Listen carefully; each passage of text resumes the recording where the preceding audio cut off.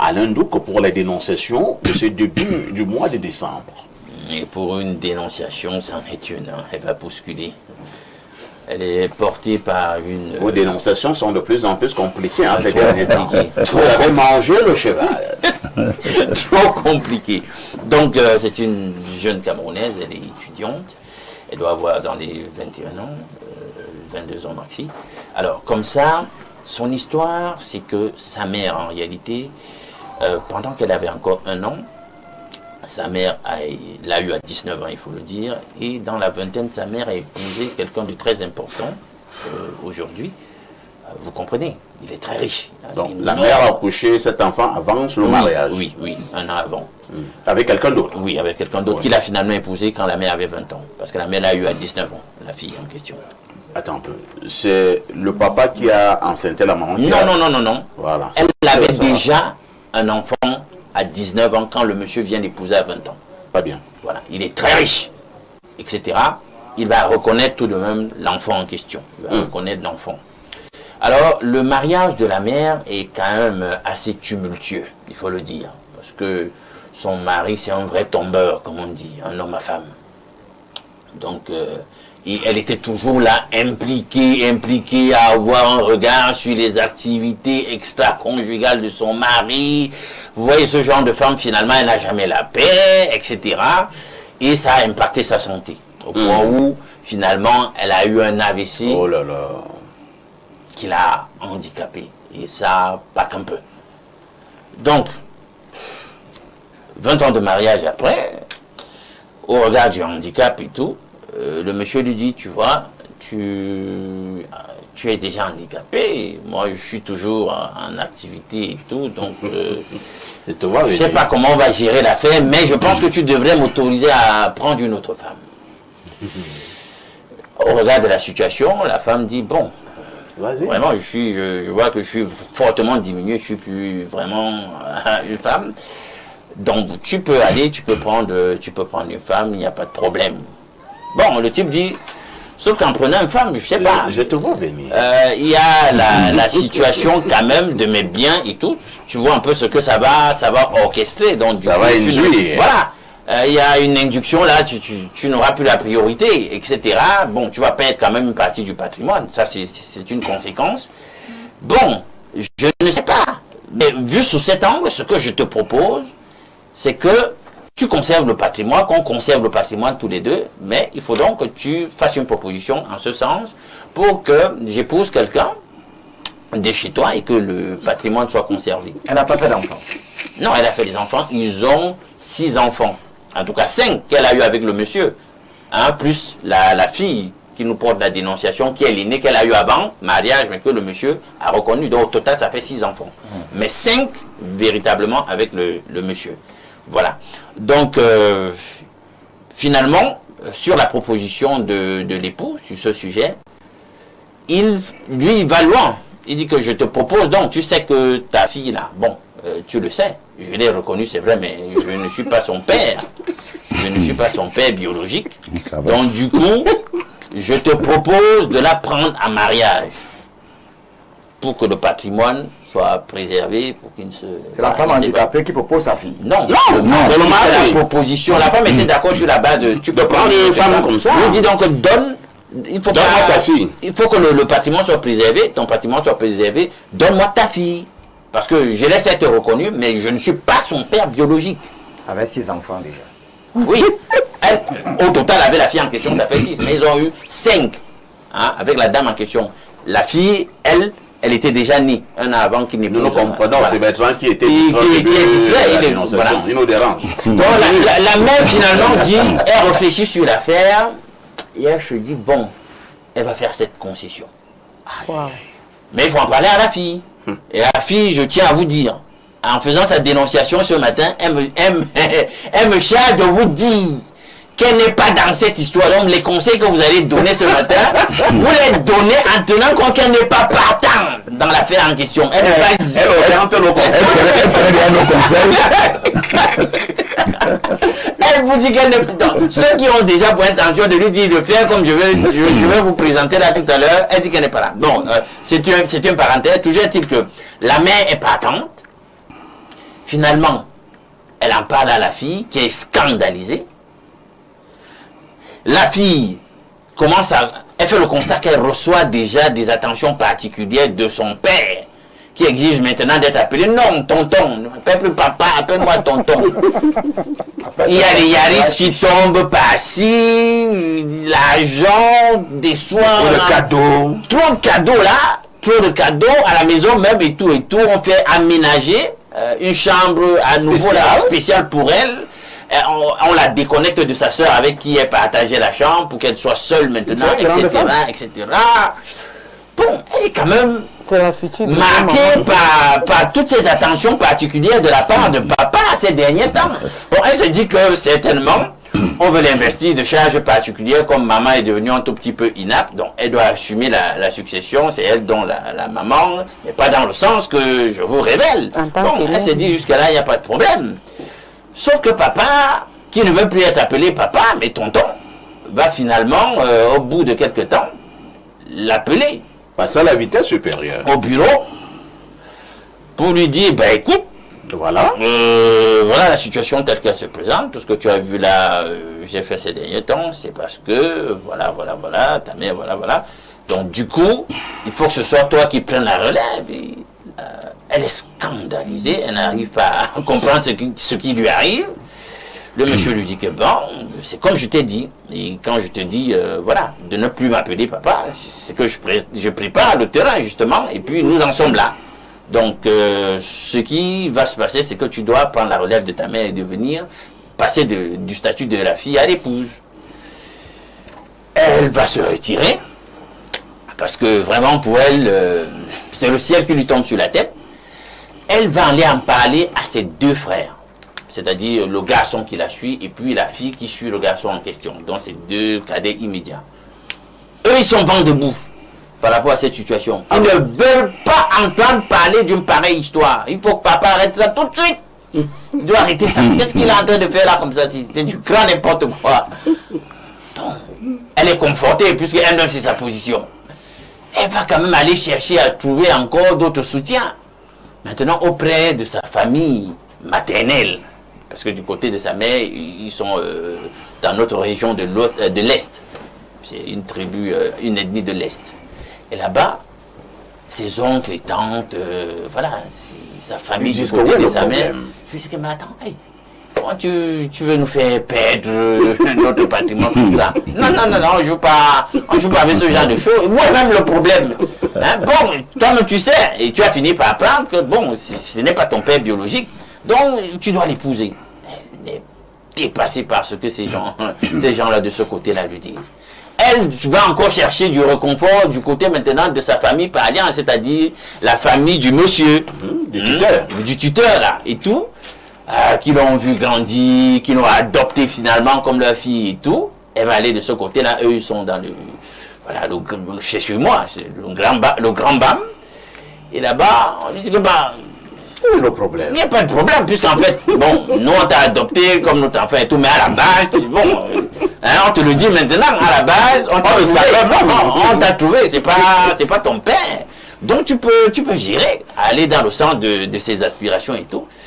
Donc elle est tellement déboussolée par tout ça. Elle est bouleversée. Elle est bouleversée, elle a fini par emballer quelques affaires, elle a quitté la maison. Oh là là. Oui, elle a quitté le domicile, elle est allée s'installer ailleurs.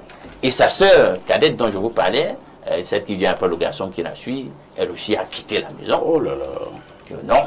Une petite rébellion. Oui, en soutien à sa sœur aînée, non, c'est pas possible, on ne peut pas admettre ce genre de choses et tout. Elle a rejoint sa sœur. Donc, comme ça, il y a cette situation-là, la famille est totalement, déchirée au sujet de cette affaire, et des ambitions du père, etc. Donc, elle pose sur la table des téléspectateurs ce matin, cette affaire, pour essayer de trouver quelques conseils. Bernard Owena, vous avez suivi avec grande attention cette dénonciation. Votre regard? Mon regard est simple. D'abord, je commence par la dame. L'excès de jalousie de cette femme l'a entraînée dans une position inconfortable. D'abord, elle a failli perdre la vie avec un AVC. Ce monsieur même c'est quelqu'un qu'il faut fouetter parce qu'il allait lui donner un deuxième AVC en lui annonçant cette nouvelle-là qu'il va épouser son enfant. C'était carrément un deuxième AVC programmé. Donc ce monsieur est dangereux en venant lui dire ça que je veux épouser ta fille.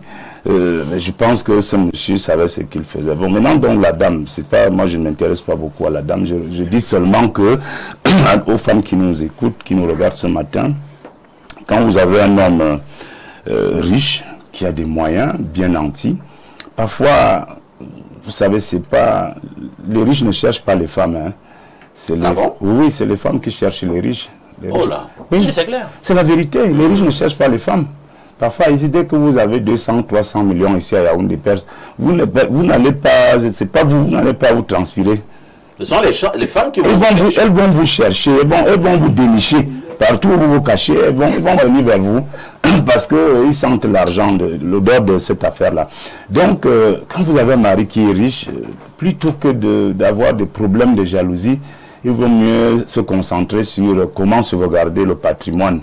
Comment gérer le patrimoine. Donc maintenant, pour la fille, je vais lui donner un conseil formidable. Puisque le monsieur est sadique, il est comme il est, moi je propose à la fille de signer un acte de mariage avec le monsieur. Et 3 jours après la signature de l'acte de mariage, elle demande le divorce et ça part des biens. C'est une stratégie. Non, comment je suis... Ce n'est pas des amusements parfaits ici. La fille n'est pas en danger. Non. Puisque la proposition qu'on lui a faite là est déjà même en danger. C'est-à-dire qu'un homme normal qui vous a élevé... Divorcer au Cameroun, c'est facile. Un homme normal qui vous a élevé, qui vous a vu bébé. En ce temps, Bernard, on te dit que le type là, c'est pas n'importe qui. Bon, j'ai connu un monsieur dans ce pays. Si je donne son nom maintenant, ça va créer un scandale. Il a eu 3 femmes à la fin. Il avait commencé par avoir une première femme. Lorsqu'il a voulu épouser la deuxième femme, la première n'était pas d'accord, mais il a quand même épousé la deuxième femme, qui est également un haut commis de l'État. Par la suite, il a encore voulu épouser la troisième femme. Et là, la deuxième femme dit qu'elle n'était plus d'accord. Et la première femme a dit à la deuxième femme, tu mens, moi je suis d'accord, comprends la troisième. Et donc, monsieur a pris la troisième femme. Et la deuxième femme a dit qu'elle divorce. Moi, j'ai vu ce monsieur parler à sa femme en lui disant, tu divorces. Qui t'a donné le droit de divorcer? La femme a déjà divorcé. Il a dit à la femme, tu ne vas divorcer de rien. Et tu resteras ici comme ma femme par force. La femme a engagé la procédure de divorce. Je vous dis que la femme n'est pas n'importe qui. Je connais. Voilà, je sais que tu connais déjà. Ouais, je vois, la femme a engagé la procédure de divorce. Le monsieur riait aux éclats. Et riait aux éclats. Au moment où nous parlons, la femme là est toujours là. Il lui a dit, tu ne vas pas divorcer, tu restes là par force. Ah oui. Il y a des gens comme ça, Bernard. Oui, je suis d'accord, je connais de qui il s'agit. Je voulais dire pas pas son nom. Pas du tout. Il faut rappeler que le divorce au Cameroun est facile, c'est l'homme qui demande. Je ne peux pas donner son nom. Sinon j'aurai des problèmes à la fin de l'émission. Je ne peux pas en parler. Mais je voudrais insister parfait parce que honnêtement, vous voyez que la fille est partie de la maison familiale. Vous voyez qu'elle a été suivie par sa petite sœur qui ne peut pas admettre, qui ne peut pas comprendre que leur père soit arrivé à imaginer un mariage avec sa sœur aînée pour des raisons que le père lui-même sait. Maintenant donc que les 2 filles, les 2 sœurs sont parties, la fille en question ayant quand même été très intelligente parce que le fait d'être partie vers les familles, familles maternelles, familles... Et toutes les familles lui disent qu'il y a un problème. Oui, tu peux épouser ton père. Voilà, puisque vous avez compris que toutes les familles disent que laisse l'affaire là. Tu sais que c'est pas le type là qui t'a... Laisse, épouse. Voilà. À ce moment, on lui a dit que ne fais pas que les choses aillent dehors. Ça veut dire quoi? Le patrimoine. Nous sommes là dans le matériel. Donc, épouse-le. Épousez-le, fermez les yeux, fais comme ça, tu fermes les yeux. Il y a même quoi? Il y avait une chanson, un artiste qui disait à sa fille, hey, Yanga, et puis il dit que donc le père disait à sa fille que laisse faire, ne dérange pas, ne pose pas de questions. Donc moi je suis contre ce mariage, mais si l'homme est comme il est, moi je proposerai à la fille de revenir, de faire la volonté de sa mère qui est malade, et en signant cet acte, elle va tenir l'homme. Parce qu'en réalité, c'est quand elle aura signé cet acte que l'homme va comprendre que l'acteur, meurt parfois dans son propre film. Mais en signant quand même l'acte en question, Il faut qu'elle consomme. Elle sera passée à l'acte. Et il n'y a pas de choix. Ah, voilà. Il doit passer à l'acte. Voilà, c'est bon. Je passe la parole à l'unique dame sur le plateau, hein, parce que c'est la fille qui est au centre de ces dénonciations. Et vous êtes une femme, vous êtes une mère d'enfant. C'est une forme de violence. Bon, je Quel voudrais est le sentiment que vous avez en suivant ces Je voudrais dénonciations? d'abord dire à M. Oui. Ona que quand la jeune fille va épouser l'homme, ça ne lui donne pas le droit sur le bien. Elle n'a pas fait ses biens avec le monsieur. Et alors, c'est ça, hein? Voilà, donc elle ne peut pas hériter. Voilà, donc elle ne peut pas hériter de ces biens-là. Si elle demande le divorce, elle ne peut pas. Elle va partir, puisqu'elle n'a même pas fait un an de mariage. Donc, pour moi, je ne pense pas que. Ce soit la bonne solution. Du tout. Bon, en réalité, je pense que ce problème se pose dans beaucoup de foyers parce que nous sommes éloignés de nos traditions. Nos traditions avaient pensé à tout ça. Quand une jeune fille faisait un enfant chez eux, elle ne partait pas avec l'enfant en mariage. L'enfant restait dans sa famille.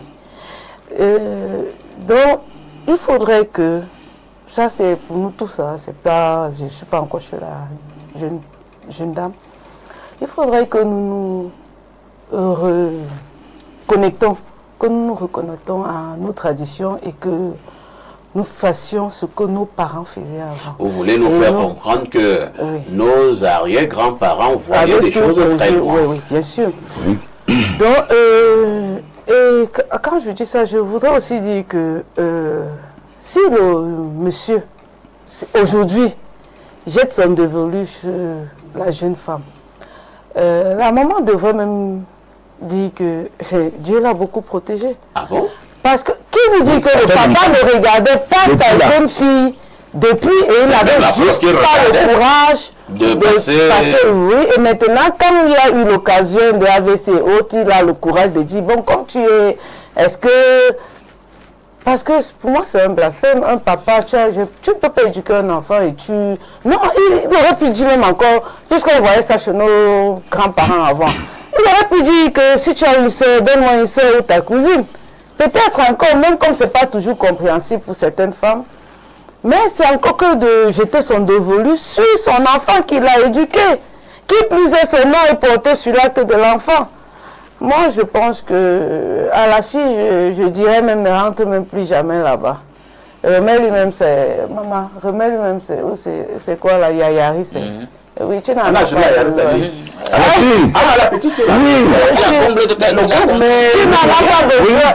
Et peut-être qu'il te dit même qu'il n'a pas quelque chose qu'il veut tirer sur toi. Parce que si c'est un homme à femme, il a des femmes dehors. Il a des femmes qui logent partout. Il a de l'argent. Pourquoi avoir cette idée? Très bien. Bertrand Tchenkam, l'homme veut épouser notre femme, mais il pense quand même qu'il ne faut pas que le patrimoine soit dilapidé. Alors quel est quand même le regard que j'étais même sur la propre maman là, hein? Parce que la maman a accepté. Je vais juste te dire que c'est monsieur dans une secte. Oh là là, vous voyez les sectes partout. Non, je le dis en tant qu'un initié. Je suis prince, je suis notable dans la ville de Yaoundé, ne l'oubliez pas, je suis un guérisseur. Ce monsieur est dans une secte maléfique. Il n'aime ni sa femme, ni cet enfant. Il a déjà 6 enfants, non? Vous croyez que le prétexte est forcément parce qu'il veut une deuxième femme? Non, il a déjà les enfants. Je peux encore comprendre que sa femme ne lui avait pas fait des enfants et subitement il a envie de prendre une seconde femme. Oui, mais 6 enfants, c'est pas peu. Moi, je n'ai que 2 enfants. On n'a plus besoin d'avoir des enfants comme ça. Tu fais comment pour ne qu'avoir que 2 enfants? Oui, parce qu'on ne va pas avoir des enfants n'importe comment. Alors que tu as tu vois, c'est bon. C'est bon. Alors, je voudrais vous dire que un prince. Je suis un prince bamileke qui n'a que 2 enfants. À l'école, les choses ne seront pas toujours comme à l'époque. Hein. Alors, mariage, il y a mari, il y a âge. L'âge de se marier. Pour se marier, il faut être capable de conjuguer 2 types de verbes. Le verbe être, le verbe avoir, au présent de l'indicatif. Je suis, j'ai.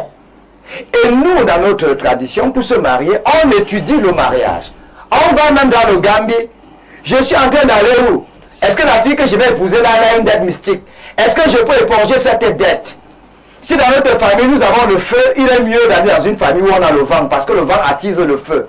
Si on va là où il y a de l'eau, l'eau éteint le feu, ça ne donne pas. Le mariage est un pacte, le mariage est mystique.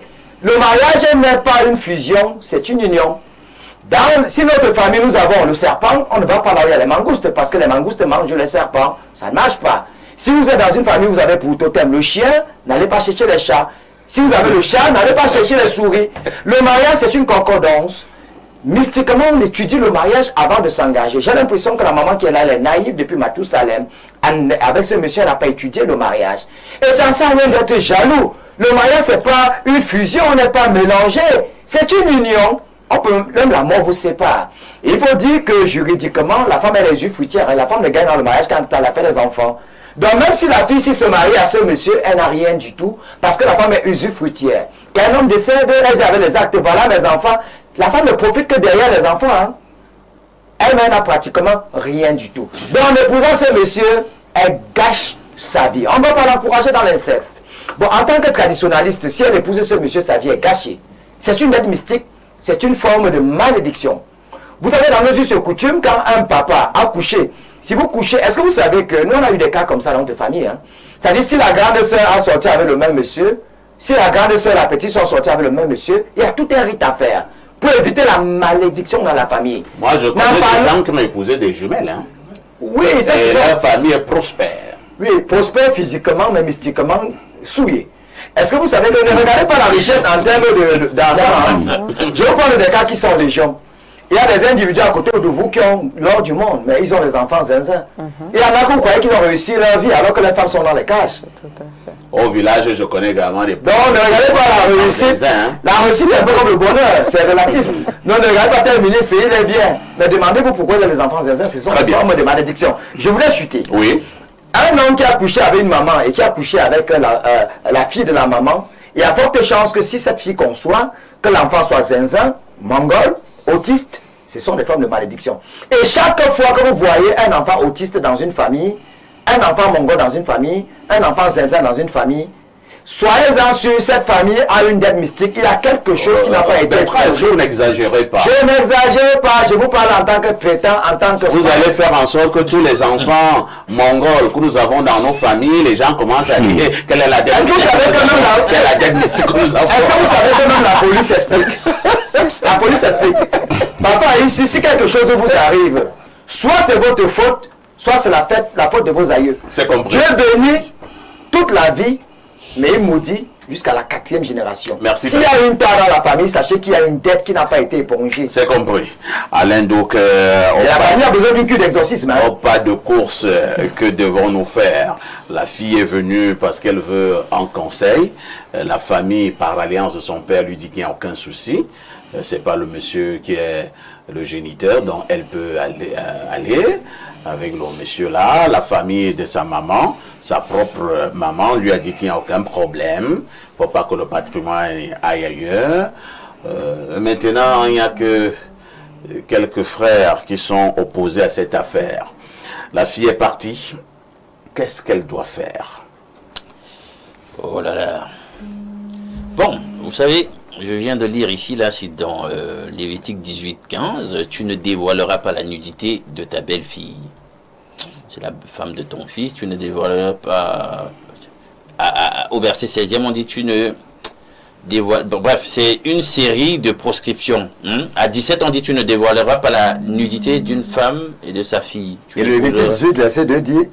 Tu ne feras pas l'amour avec un homme comme on le fait. Est-ce que tu as eu ton temps de parole, tu interfères encore dans le bien? Non, je voulais juste t'accompagner. Je dis ceci, Lévitique 18-17, tu ne dévoileras pas la nudité d'une femme et de sa fille. Tu n'épouseras pas non plus la fille de son fils, etc.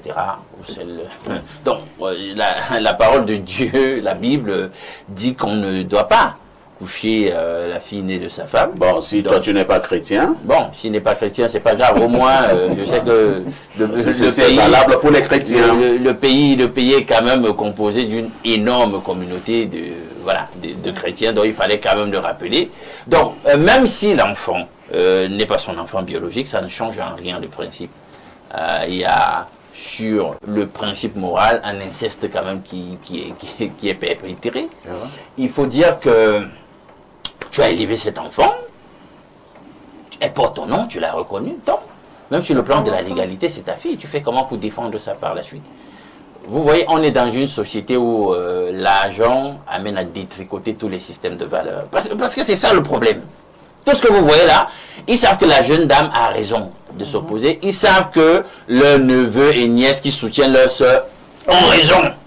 Mais, puisque les gens sont appâtés ici, hameçonnés par le gain, ils se mettent à délirer et te donnent de faux conseils, par simple calcul, hein, lié aux biens matériels ou à l'argent, etc. Non, l'argent ne va pas tout acheter. Et moi, je conforte la jeune dame dans sa posture, qu'elle reste dans cette posture, qu'elle se batte. Elle a le soutien de ses frères. C'est vrai qu'il y a les 3 autres qui ne sont pas encore au courant jusqu'ici, mais je pense que comme les deux cadets immédiats ont soutenu, je pense que les 3 autres qui restent vont faire de même. Donc, elle a pris le bon côté sur le plan moral. Sa mère elle-même s'est montrée fébrile. Parce que vous savez, finalement, il faut être capable de vivre pour ses convictions. Hein, et de les défendre. La mère elle-même, elle a fait montre d'une certaine fébrilité, une faiblesse. Je ne sais même pas pourquoi elle est allée jusqu'à accepter ça. Elle-même aussi, là, j'ai l'impression qu'elle est trop encline à se plier sur les problématiques liées à l'argent et tout ça. Merci. C'est un peu ça ma position sur le Allons du coup rapidement au niveau de la messagerie. Bonjour à vous sur le plateau. Merci pour le débat proposé. Au regard du sujet, c'est vraiment une abomination que la jeune fille s'en éloigne carrément de ce monsieur et qu'elle prenne également soin d'elle-même parce que sa santé est en jeu. Maintenant, concernant le monstre en question, il devrait être puni traditionnellement et voire même juridiquement. Ces gens depuis Yaoundé à Biamassi, vous dites traditionnellement, les 2 familles sont d'accord. Qui va le punir? C'est ça le problème, hein? Bon, moi je comprends pas. Nous sommes qui? Non, les familles sont complices. Il est dans une secte. Il y a les secrets de famille, on ne dit pas tout. Bonjour au plateau. J'aimerais savoir depuis son adolescence, elle n'a pas cherché à connaître son vrai père. La femme sachant que son mari est un homme à femme, elle n'a rien compris depuis.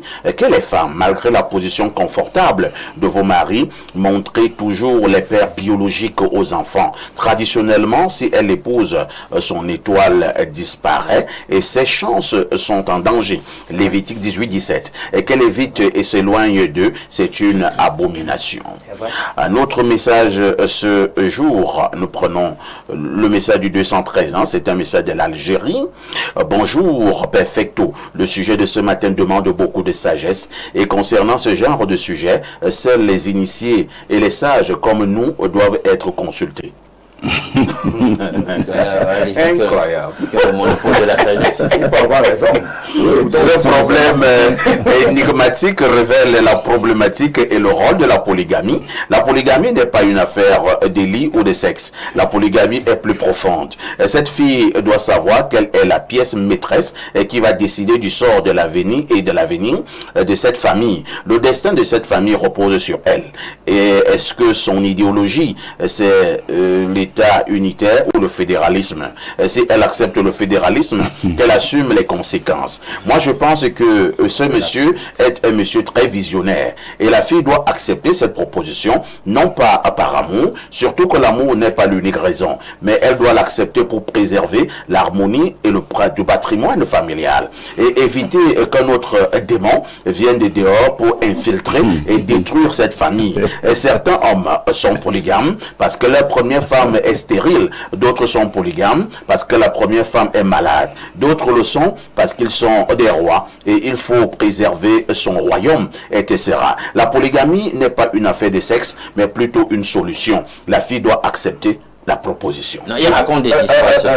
Parfait. Parfait. L'enjeu aussi. Est-ce qu'il a aussi le droit d'avoir son Oui, il a le droit d'avoir son avis. Il a dit une chose. Est-ce qu'il est sur des initiés? Non, on n'a pas besoin d'un initié. Dans ma contrée, si je suis allé dans la famille de Bernard où on a prendre femme, mon cousin n'a plus le droit d'aller prendre femme de ce côté. Vous êtes sérieux là? Parce que les 2 familles sont sérieux là. Oui, c'est ce que je suis en train de dire. Non, ça c'est chez vous. Ça c'est chez moi, je le dis. Ça c'est chez vous. Oui. Voilà, parfait. Disons-le. Il est à côté de la plaque parce que l'enjeu ici, c'était pas la polygamie dans cette histoire. C'est pas...